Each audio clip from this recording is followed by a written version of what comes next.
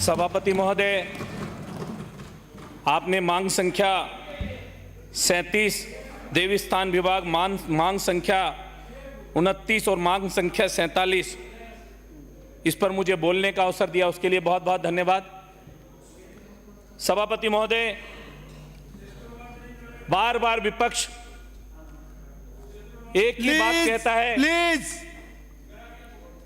बार बार विपक्ष एक ही बात कहता है, अयोध्या चुनाव हारे, बालाजी हारे, मेहंदीपुर बालाजी हारे। लेकिन मैं इनको यह कहना चाहता हूं, भारतीय जनता पार्टी भगवान के प्रति श्रद्धा और आस्था रखती है। वो चुनाव जीतने के लिए मंदिर का निर्माण नहीं कराती, वो सिर्फ और सिर्फ जन भावना के लिए और श्रद्धा के लिए मंदिर का निर्माण कराती है। भारतीय जनता पार्टी के नेता, प्लीज आपका सदस्य बोल रहा था तब उधर से आवाज आई, आपका नंबर आया तब बोलिए, डिस्टर्ब ना करे। वो बोल रहे हैं, उनकी बात सुने। आप बोल रहे थे, उन्होंने किसी ने डिस्टर्ब किया? बोलिए प्लीज। सभापति महोदय, हम लोग जब भी मंदिर की बात करते हैं तो हमारा सर श्रद्धा से झुक जाता है। मुझे याद है जब राम सेतु की बात होती थी तो इनके राष्ट्रीय नेता, क्योंकि नाम लेने के लिए मना किया है सदन में, इसलिए जिनको पप्पू के नाम से भी जानते हैं सब लोग, वो कहा करते थे कि राम सेतु नाम की कोई चीज है ही नहीं, राम सेतु नाम की कोई चीज है ही नहीं।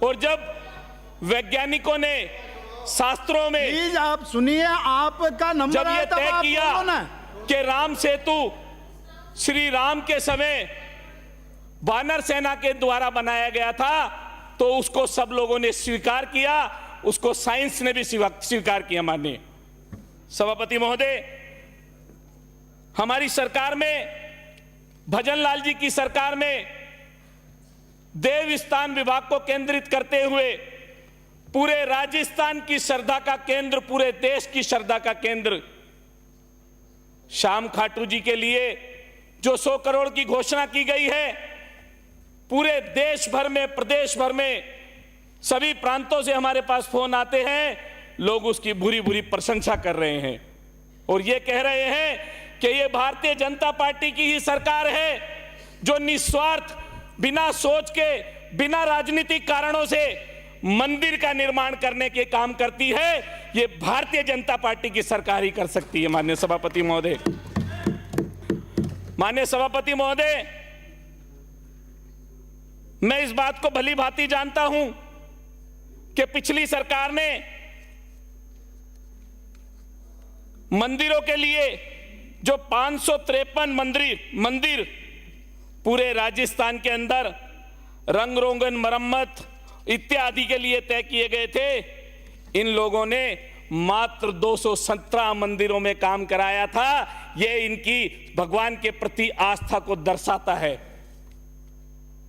सभापति महोदय, मैं तो आपसे इतना निवेदन करना चाहता हूं कि हम लोगों ने, भजन लाल जी की सरकार ने जो ऐतिहासिक निर्णय लिए हैं, जिसमें सावन मास में या विभिन्न त्योहारों में, दिवाली, होली, इन सभी त्योहारों पर पूरे राजस्थान के अंदर 600 मंदिरों को लगभग 13 करोड़ की लागत से सजाने का, उनकी डेकोरेशन का काम किया जाएगा।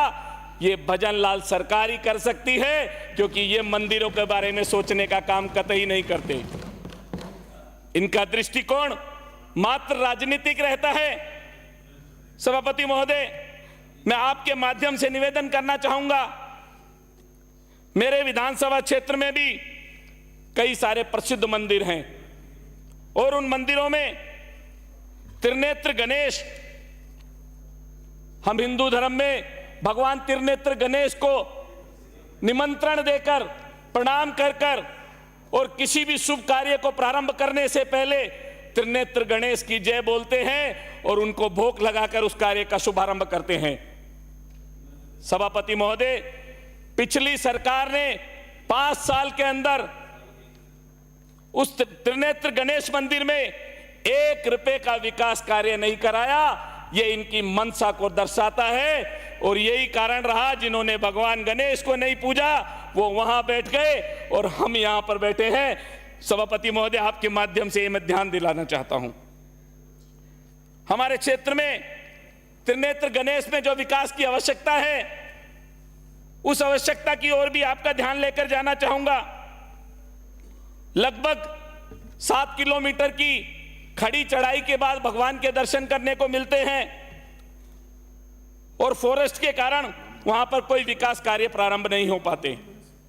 सभापति महोदय, देवस्थान विभाग के माननीय मंत्री महोदय से निवेदन करूंगा कि वहां पर विकास कार्य के लिए एक अलग मुहिम बनाए, अलग कानून बनाए, ताकि फॉरेस्ट बार बार उसमें अड़चन पैदा कर कर उस कार्य को रोक नहीं पाए।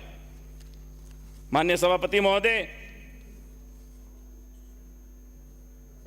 क्षेत्र में कई सारे कामों के बारे में जब लोग बात करते हैं तो उनके पीछे उनकी मनसा रहती है कि मैं एक रोड बनाऊंगा तो मुझे इतने वोट मिलेंगे, मैं एक जल योजना लाऊंगा तो मुझे इतने वोट मिलेंगे।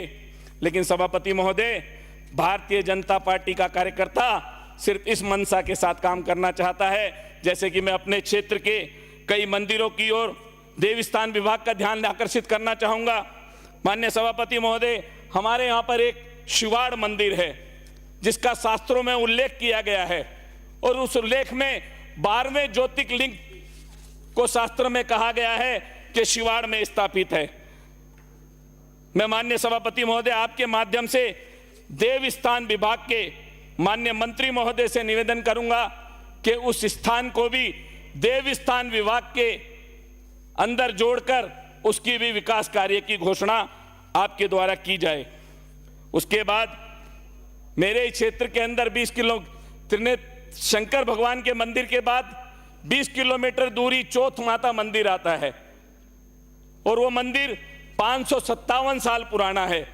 और हमारे बहनें जिस चौथ माता की पूजा करती है, चौथ के दिन पूरे देश भर में चौथ माता का इतना प्राचीन मंदिर सिर्फ चौथ का बरवाड़ा में है जो खंडार विधानसभा में आता है। सभापति महोदय, मैं देवस्थान विभाग के अधिकारियों से कहना चाहूंगा कि आप लोग बैठकर एक क्लस्टर बनाएं, चौथ का बरवाड़ा मंदिर, शिवालय, शिवाड़, भगवतगढ़ और रामेश्वर धाम जिसकी स्थापना भगवान परशुराम ने की थी, और वहां पर ये नजदीक लगता हुआ एक सीता माता मंदिर है। सभापति महोदय, जिसके बारे में ये कहा जाता है कि ये मंदिर स्वयं सीता माता वनवास के समय यहां पर आई थी और इस तरह का एक बहुत बड़ा धार्मिक स्थल मेरे विधानसभा क्षेत्र के अंदर बनाया जा सकता है। मैं आपके माध्यम से ये निवेदन करना चाहूंगा कि इससे देवस्थान विभाग के इन मंदिरों को जोड़ने के बाद मैं बिना वोट की कल्पना के ये बात कर रहा हूं, क्योंकि मेरे मन में, भारतीय जनता पार्टी के मन में और हम सबके मन में एक ही भाव है कि भगवान पूजनीय है। भगवान के कारण ये सृष्टि चल रही है। गौ माता के कारण कहते हैं कि पृथ्वी को एक सींग पर उन्होंने रखा हुआ, गौ माता के कारण ही ये सृष्टि चल रही है। सभापति महोदय, पिछली सरकार के द्वारा पशु चिकित्सालय क्रमोन्नत भी किए गए, खोले भी गए, लेकिन उन्होंने इसका बिल्कुल प्रावधान नहीं रखा कि उनमें डॉक्टर लगेंगे या नहीं लगेंगे, कंपाउंडर है या नहीं। पशुओं के प्रति इतनी गंभीरता इससे नजर आ जाती है कि इनके द्वारा सिर्फ खोलने का काम किया गया, कहीं पे भी अधिकारी लगाने का, डॉक्टर लगाने का, कंपाउंडर लगाने का काम नहीं किया गया। सभापति महोदय, मैं आपके माध्यम से यह भी निवेदन करना चाहूंगा कि जो इनके किए गए कर्म थे जिसके कारण जनता दुखी हो रही है, उनको सुधारने का काम भी हमारी सरकार, भजन लाल जी की सरकार करे, ऐसा उनसे निवेदन करना चाहूंगा। सभापति महोदय, बहुत बहुत धन्यवाद। परमिशन लेना पड़ेगा।